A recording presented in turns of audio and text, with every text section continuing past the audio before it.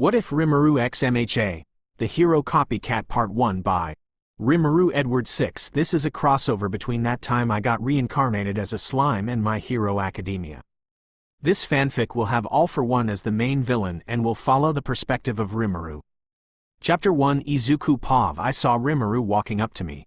"Hi, Rimuru. It's good to see you," I said, trying to sound cheerful despite the knot in my stomach. Rimuru grinned, her golden eyes shining with their usual sharp, analytical glint. She tucked a strand of silver hair behind her ear and adjusted her backpack. "Hey, Izuku, how's the hero research coming along?" I clutched my notebook instinctively. "Great. I just finished analyzing some of All Might's most recent rescues. Did you know he's saved over 100 people in a single day?" "He's incredible." "Of course he is," Rimuru said with a smirk. "You've probably got every little detail recorded in that notebook of yours, haven't you?" I chuckled nervously. "Well, yeah, you know me. Rimuru was my best friend, and we'd known each other since we were little." She always had this calm confidence about her, like she was 10 steps ahead of everyone else. Her quirk, analytical copycat, let her analyze other people's quirks with just a glance, and she could store them in her mind like a database. She didn't show it off often, but when she did, it was amazing. "Speaking of quirks," Rimuru said, tilting her head, "did Katsuki give you a hard time today?" I froze. How could she always tell? Well, I began, but before I could explain, an angry shout echoed down Teehee Street. "Deku!" Katsuki Bakugo stormed toward us, his hands crackling with tiny explosions. His scowl was enough to make my stomach flip, but Rimuru stepped between us before he could get too close. "Katsuki," she said, her voice calm but firm. "Why don't you take it down a notch?" "Oh, it's you," Katsuki sneered, but he didn't make a move. "What are you doing with this useless nerd?" "None of your business," Rimuru replied smoothly, crossing her arms. "Unless you're planning to blow something up, in which case I'll remind you that I can copy your quirk and outdo you at your own game." Katsuki's scowl deepened, but he didn't argue. He just clicked his tongue and turned away. "Whatever, just don't get in my way." As he walked off, I let out a shaky breath. "Thanks, Rimuru. You didn't have to do that." "Of course I did," she said with a shrug. "Someone has to keep him in check." We continued walking, the weight of Katsuki's words lingering in the air. I tried not to let it get to me, but it was hard. No quirk, no chance of becoming a hero. I clenched my fists, frustration bubbling under the surface. "Izuku," Rimuru said suddenly, breaking the silence. "Do you still want to be a hero?" I stopped in my tracks, caught off guard by the question. "Of course I do," I said quietly. "More than anything, but without a quirk." "Don't say that," Rimuru interrupted. "You don't need a quirk to be a hero. You've got the heart for it, and that's what matters most." Her words were kind, but they didn't erase the doubt in my mind. Still, I nodded, trying to believe her. As we reached the crosswalk, Rimuru's expression shifted. She glanced at me, then back at the street, like she was debating something. "What is it?" I asked. She hesitated before speaking. "If you ever feel like giving up, just remember. There's more to you than you realize. Don't let anyone, not even yourself, tell you otherwise." Her words stayed with me as we parted ways, and I headed home.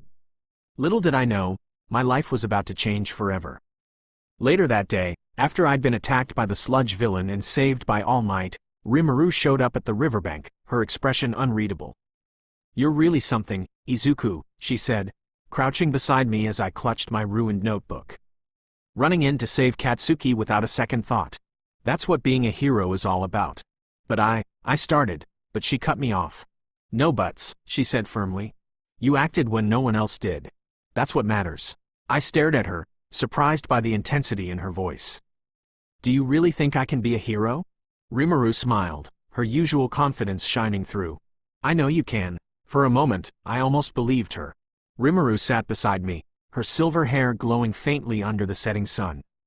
She looked me in the eyes, her usual calm and knowing expression softening just slightly. "Besides, you have a quirk," she said suddenly. My eyes widened. "What?" "No, I don't. The doctors said." Rimuru held up a hand to stop me. "The doctor's machines can't detect everything, Izuku. There are quirks out there that don't manifest physically, quirks that are subtle, almost invisible. Yours is one of them." I stared at her, trying to process her words. "But what do you mean?" She leaned back, resting her hands on the ground behind her. Your quirk is an analytical one. I'd call it something like analytical appraisal. You've always been able to analyze situations, strategies, quirks, even people, better than anyone else I know. You just never thought of it as a quirk because no one told you it was one. That doesn't make sense, I stammered. Analyzing things is just something anyone can do, right? Rimuru shook her head. Not like you. You pick up on patterns and details that no one else sees, and you do it faster than most people realize. That's why your notebooks are so detailed, why you can break down hero fights like you're inside their heads. It's a part of you, Izuku. You just don't know how to push it further yet. I blinked, my heart racing. But even if that's true, how does that help me become a hero? Rimuru smirked, her sharp gaze locking onto mine. Because quirks like that have limitless potential if you train them. Become proficient enough, and you can do things most people think are impossible, like predicting the future. I froze. Predict the future? That sounded like something straight out of a storybook. Think about it, she continued. You already analyze fights and strategies instinctively. If you hone that ability, you could start predicting outcomes, anticipating attacks, and outmaneuvering enemies before they even know what's happening. Heroes don't always need flashy powers, Izuku. The best ones use their minds just as much as their quirks. Her words filled me with a strange mix of hope and doubt. Could she be right? Was it possible that I had something, anything, that could help me become a hero? But, I began, my voice trembling. If I really have a quirk, why didn't anyone notice it before? Rimuru shrugged. Most people only recognize quirks that are flashy or obvious. The ones that slip under the radar are often dismissed or overlooked. That doesn't make them any less powerful. She stood up and brushed off her uniform.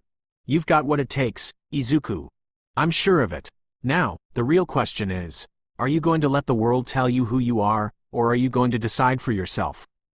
Her words hung in the air as I stared down at my hands, the remnants of my burned notebook still clutched tightly. Could I really do it? Could I prove everyone wrong and become the hero I'd always dreamed of being? For the first time, a tiny spark of hope flickered in my chest. Maybe Rimuru was right. Chapter 1. 5. This is the attack mentioned in Chapter 1. Izuku's POV. Later that day, after classes ended, Kachan and I were catching up. Well, more like exchanging a few heated words.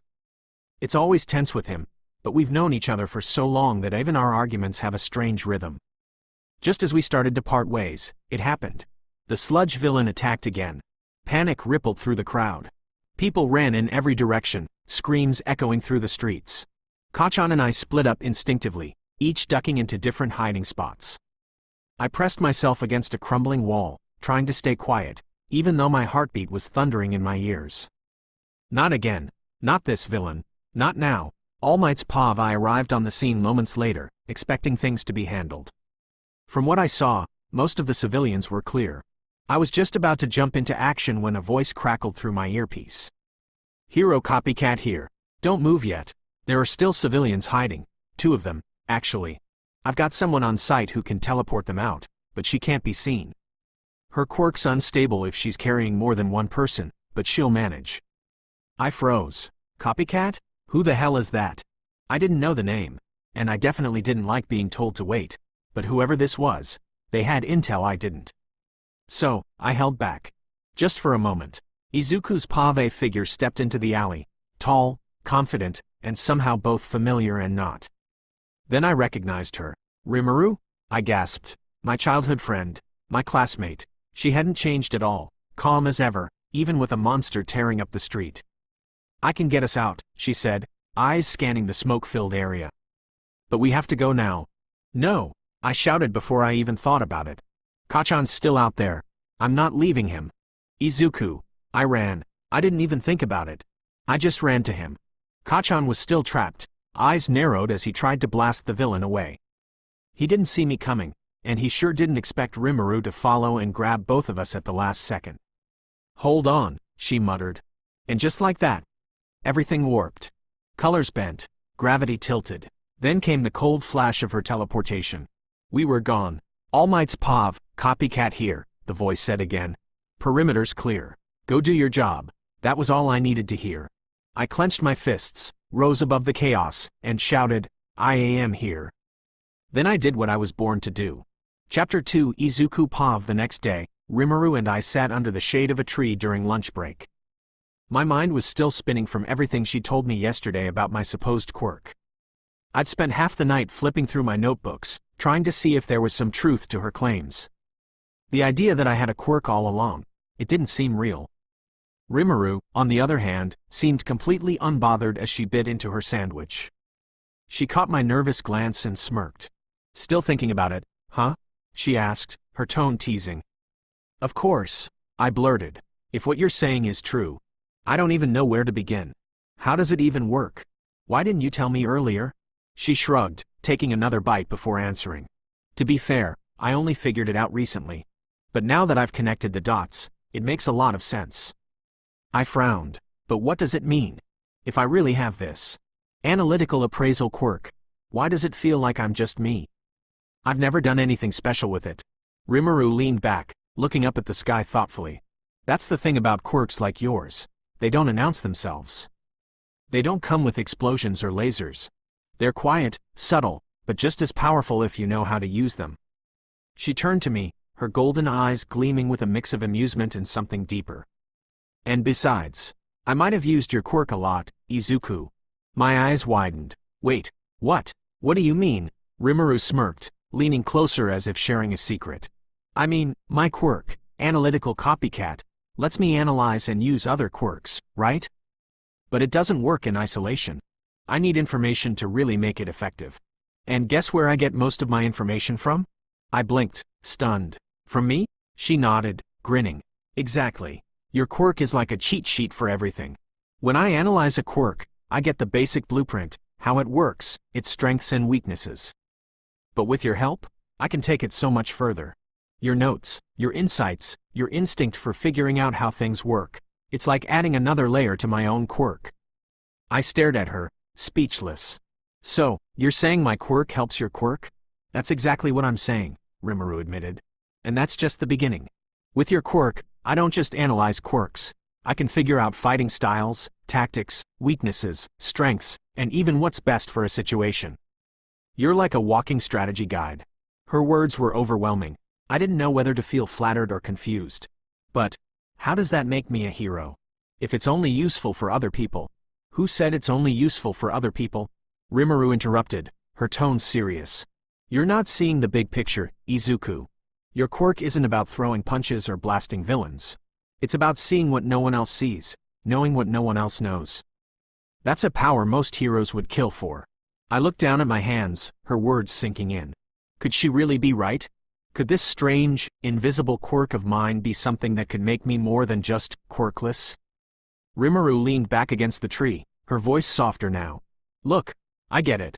You've spent your whole life being told you can't be a hero. But the truth is, you've already been one in so many ways. You just haven't realized it yet." I clenched my fists, determination starting to build in my chest.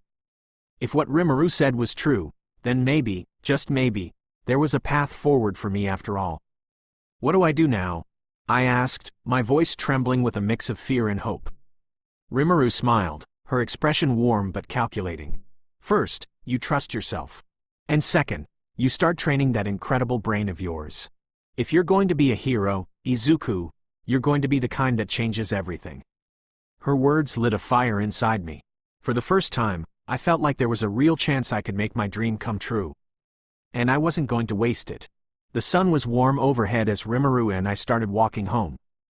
I was still buzzing from our earlier conversation, my thoughts racing with all the possibilities she'd opened up for me. Could my quirk really be something that could change my future? The idea felt too big to grasp, but with Rimuru by my side, I was starting to believe it. I was about to ask her another question when Rimuru suddenly stopped. Her entire demeanor shifted in an instant, her usual laid-back expression hardened into something sharp and focused. "Rimuru?" I asked nervously. She didn't answer. Instead, she grabbed my arm and yanked me closer, her blue eyes scanning the area like she was reading something only she could see. Then, without warning, she slammed her hand into the ground. Before I could react, the earth beneath us gave way, and we fell into a narrow, makeshift tunnel. I barely had time to let out a yelp before we hit the bottom.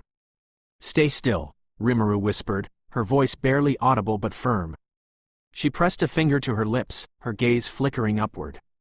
My heart was pounding as I tried to make sense of what just happened. Rimuru, what? Shush, she hissed, leaning closer. We have villains above us. Don't make a sound. Villains? My blood ran cold. I froze, straining my ears to catch anything from above. At first, there was nothing but the muffled sounds of the city, but then I heard it, a low, gruff voice speaking in clipped tones. Did you see anyone? No, but we can't take chances. Boss said to keep this area clear. Another voice chimed in, this one lighter but just as menacing. Relax. Who's going to notice us out here?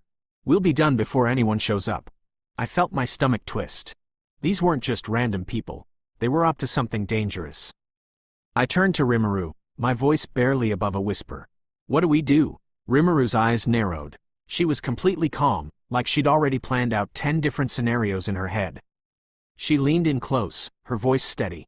We wait. If they move on, we stay hidden. If they come this way. She paused, her gaze sharpening. Then I'll handle it. Her confidence was reassuring, but I couldn't help the wave of panic rising in my chest. But what if, Izuku? She cut me off, her tone firm but not unkind. Trust me. I nodded, swallowing hard. I'd seen Rimuru in action before. She wasn't just confident, she was capable. Still, I couldn't stop the fear creeping in. The voices above grew louder for a moment, and then they started to fade. I held my breath, waiting for Rimuru to signal that it was safe. Finally, after what felt like an eternity, she exhaled softly and looked at me. They're moving away. Let's give it a minute before we surface. I nodded, my heart still racing. As we waited, I couldn't help but marvel at how quickly Rimuru had reacted. She didn't just have a plan, she'd executed it flawlessly, creating this hiding spot in seconds. When she finally deemed it safe, Rimuru climbed out of the hole first, scanning the area before helping me up. The street looked normal, but there was an unsettling tension in the air. What were they doing here? I asked, my voice shaky. Rimuru's expression darkened. Nothing good. They mentioned a boss, which means this isn't random. She turned to me, her gaze serious. You okay? I nodded, even though my legs were still a little wobbly. Yeah, thanks for, saving me. She smirked, her usual confidence returning. What are friends for? But as we walked away, I couldn't shake the feeling that this encounter was only the beginning of something much bigger, and much more dangerous. Chapter 3 Izuku Pav. As we walked away from the spot where we had hidden, my mind was still racing. My heart hadn't slowed since we'd heard those voices above us. Rimuru was calm as always, but there was a sharpness in her gaze I couldn't ignore. Then, she spoke. Those people, she said quietly, glancing over her shoulder as if making sure we weren't being followed, they were lackeys for All for One. I froze, my breath catching in my throat. What? Are you sure? Rimuru nodded. I recognized one of their voices from a news segment a while back. He's one of the guys who works in the shadows for All for One, the biggest villain in history. If they're here, it's not a coincidence. My head spun. All for One, the villain who controlled the underworld, the one even pro-heroes were terrified of. And we'd been right under his goons' feet. Before I could process any of this, a gust of wind blew through the street, and a powerful presence made me freeze in place. It's okay now. Why? Because I am here. That voice. That unmistakable, booming voice. I turned around so quickly I almost fell over, and there he was, All Might.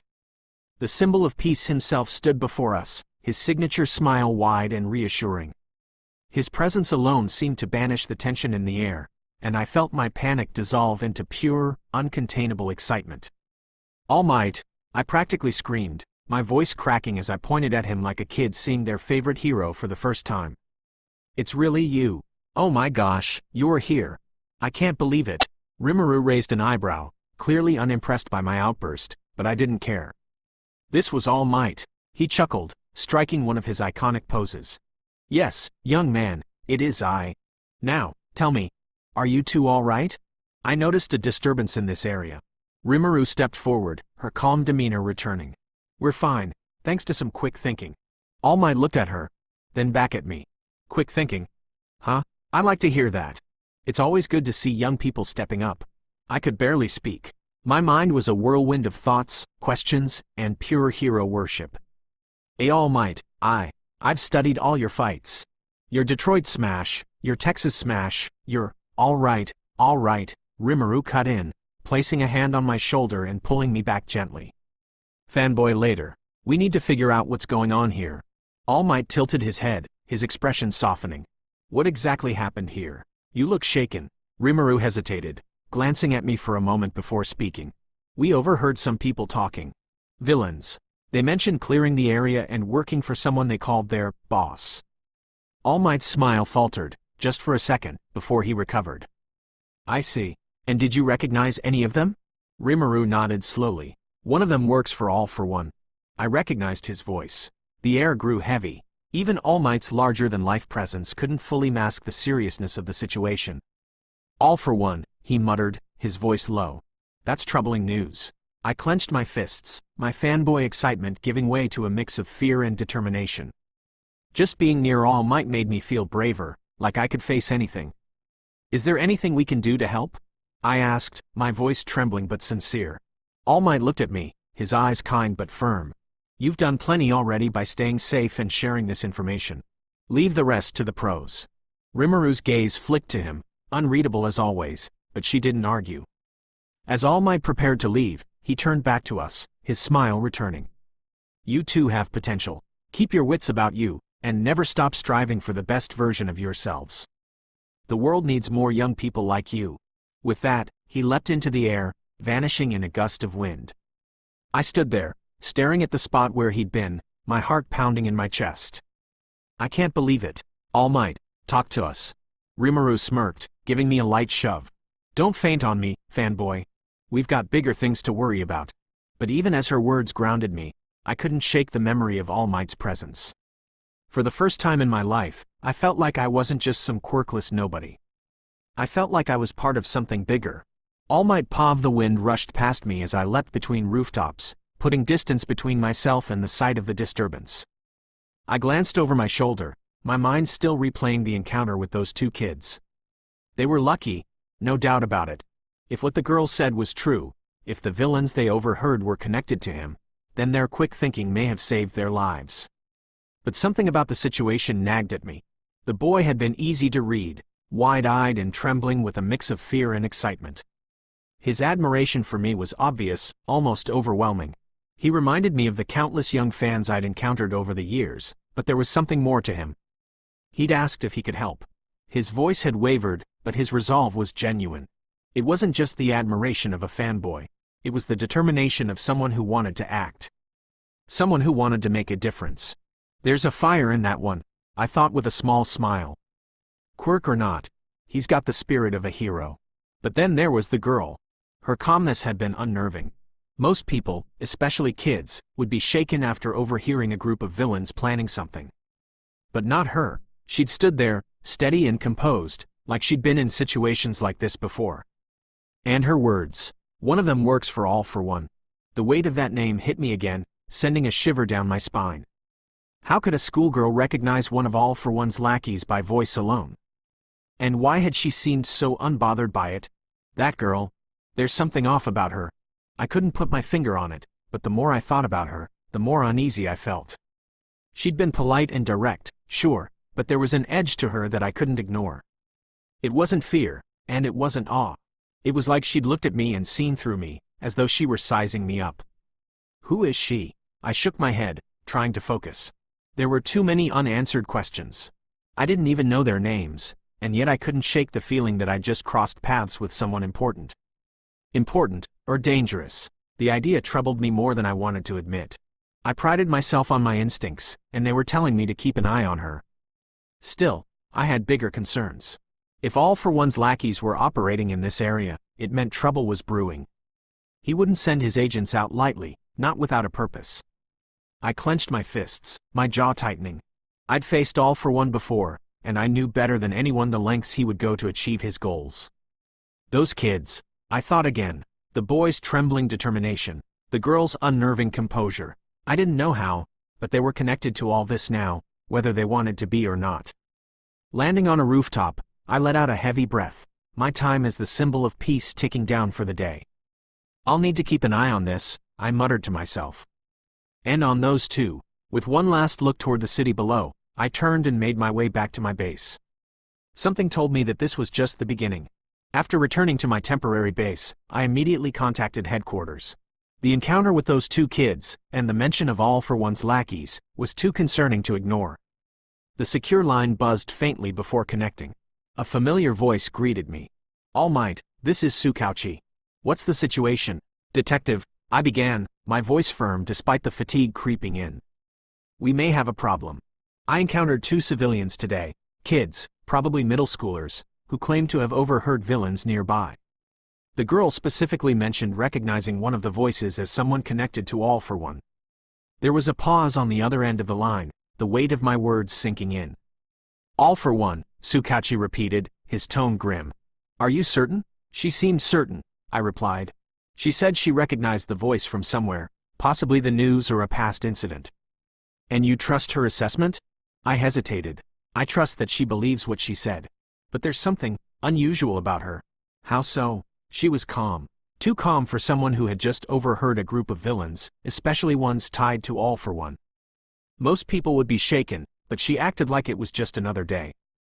It's not normal, especially for someone her age." "And the boy? He was different," I said, a small smile creeping into my voice despite the situation. "Nervous. Excited. A huge fan of heroes, clearly. He reminded me of why I became a hero in the first place. The kind of kid who'd jump at the chance to help, even if he's scared." "But the girl gives you a bad feeling," Tsukauchi said, cutting to the heart of my concern. I sighed. "Yes. I can't explain it, but something about her feels off. Like she's hiding something. I don't even know their names, but I can't shake the feeling that she's connected to this somehow. Whether that's good or bad, I don't know yet." Tsukauchi was quiet for a moment, and I could picture him leaning back in his chair, processing everything. "I'll run a check on recent activity in that area," he finally said. "If All for One's lackeys are moving, we need to know why. And as for the kids, keep an eye out. If you cross paths with them again, try to learn more." "I will," I promised. "And All Might," Tsukauchi added, his voice serious, "be careful. If All for One really is stirring, this could be bigger than we realize." I nodded, even though he couldn't see me. "I understand. I'll stay vigilant." After the call ended, I leaned back in my chair, the unease from earlier still gnawing at me. Who are those kids? And why do I feel like I've just stepped into something much bigger than I expected? With a deep breath, I pushed the thoughts aside. There would be time for answers later.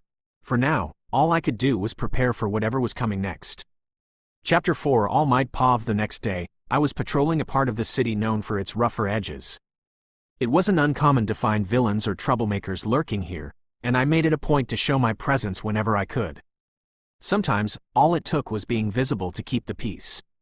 As I turned the corner of a narrow street, I froze. There she was. The girl from yesterday, the one with the unnerving calm, was walking alone in this dangerous neighborhood. Her silver hair caught the sunlight, making her stand out even more in a place like this. What was she doing here? Before I could call out to her, I saw movement ahead. A group of thugs stepped out from an alley, blocking her path. They didn't look like professional villains, but their rough demeanor and the sneers on their faces were enough to put me on edge. "Hey, girlie," one of them said, his voice dripping with menace. "You lost or something? This ain't the kind of place for someone like you."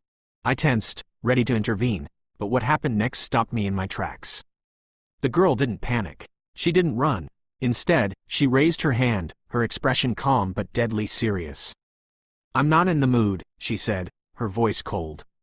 "Walk away, now." The thugs laughed, clearly not taking her seriously. One of them stepped closer, raising his hand as if to grab her shoulder. But before he could touch her, she moved. It was like watching a pro hero in action. She sidestepped his reach effortlessly, grabbed his arm, and twisted it in a way that sent him sprawling to the ground. The precision, the fluidity, it was almost too perfect. And then it hit me. She was using my quirk. Not the physical strength, of course. She didn't have my raw power, but her movements, her timing, her understanding of how to handle multiple opponents. It was all eerily similar to the way I fought. Another thug charged at her, but she ducked under his swing and swept his legs out from under him. She turned to the last one, who was now hesitating, and fixed him with a glare so intense that he actually stumbled back. "Go," she said, her voice low and commanding. Unless you want to end up like your friends. The man didn't need to be told twice. He grabbed his fallen comrades and bolted, leaving her standing there alone. I stepped forward, unable to stay silent any longer. That was impressive, I said, keeping my tone neutral. But also incredibly dangerous. What are you doing here? She turned, and for the first time, I saw a flicker of surprise in her eyes. It was gone in an instant, replaced by her usual calm demeanor.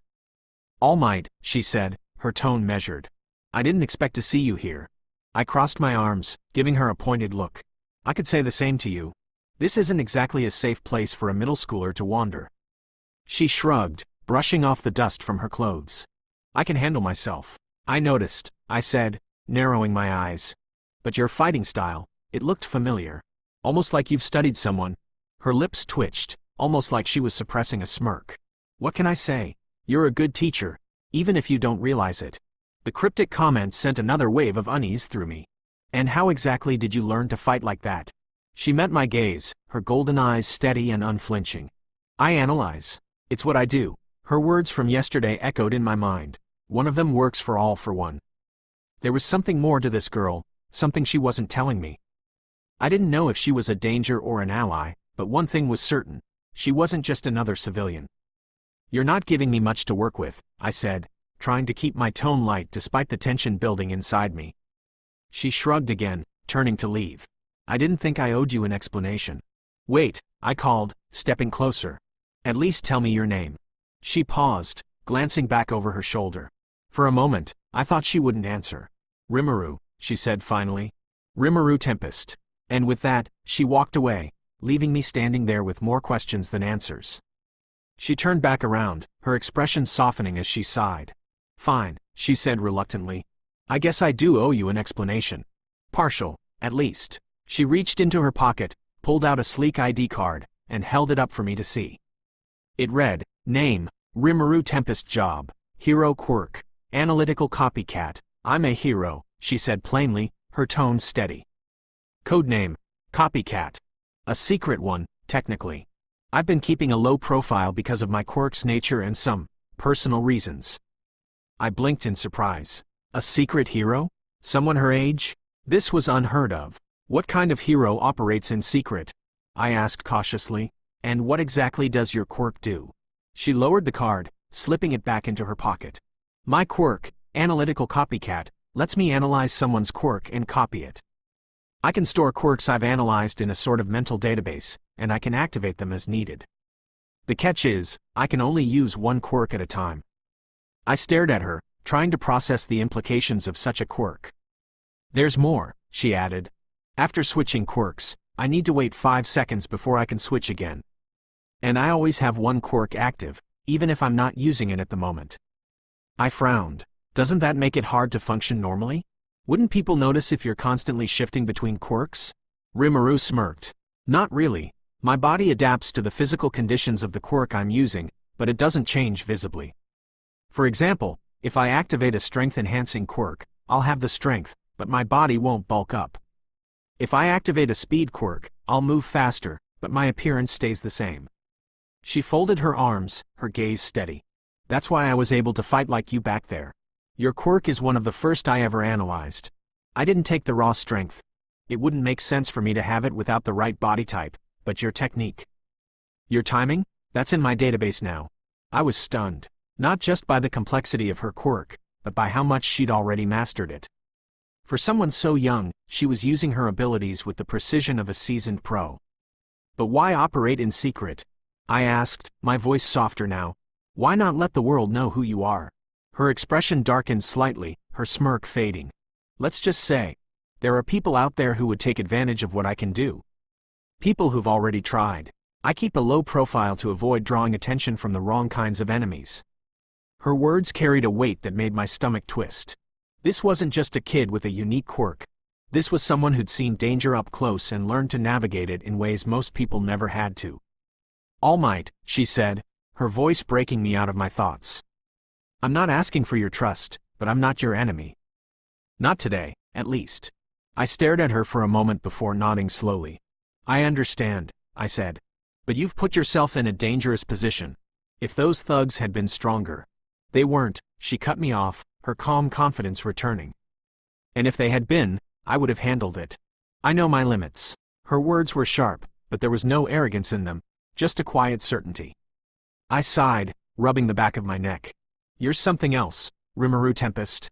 But I hope you know what you're doing. I do, she said simply. Then, without another word, she turned and walked away, her silver hair catching the light as she disappeared around the corner. I stood there for a long time, my mind racing. A secret hero with the ability to copy quirks. A girl who seemed to know too much and trusted too little. Rimuru Tempest, I thought again, a knot of unease forming in my chest. Who are you really? And how much danger are you walking into? As I watched Rimuru walk away, her words still ringing in my ears, I couldn't shake the feeling that there was more to her than she was letting on. A secret hero, operating in dangerous neighborhoods, with a quirk-like analytical copycat. It didn't add up. Once I was sure she was out of sight, I tapped the small earpiece tucked beneath my hairline. This is All Might. I need information on a hero called Copycat. Can you look into her records? The response came almost immediately. Copycat? Understood.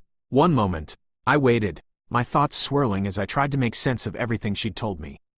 She wasn't just skilled, she was dangerous in the right, or wrong, hands. And yet, she seemed to operate without the recognition or oversight most heroes received.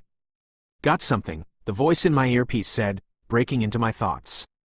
Copycat is registered as a licensed pro hero, but most of her file is classified. Classified? I repeated, my brow furrowing. How much can you access? Not much, the voice admitted. But here's what I can tell you, strength-wise, she's ranked on par with Hawks. Her quirk adaptability and tactical prowess put her in the upper echelon of heroes, even if she doesn't have the same visibility. Her missions are primarily high-risk and covert. Beyond that, everything else is redacted. My eyes widened in surprise. On par with Hawks? That wasn't a comparison made lightly. Hawks was one of the most capable and resourceful heroes I'd ever worked with. For this girl, this Rimuru Tempest, to share that ranking was astonishing.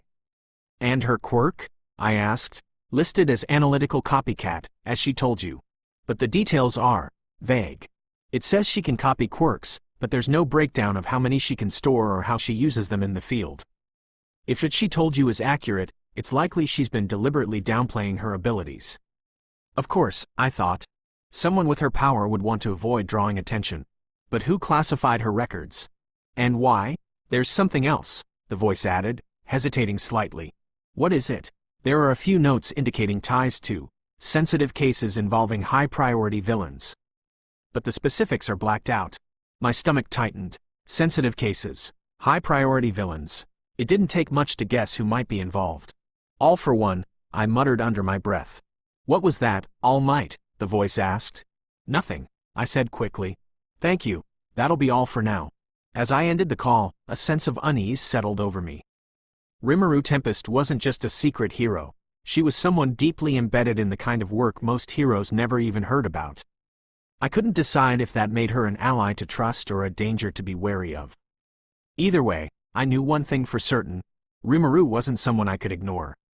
Not anymore, and if she really is connected to All for One, I'll have to keep a much closer watch on her.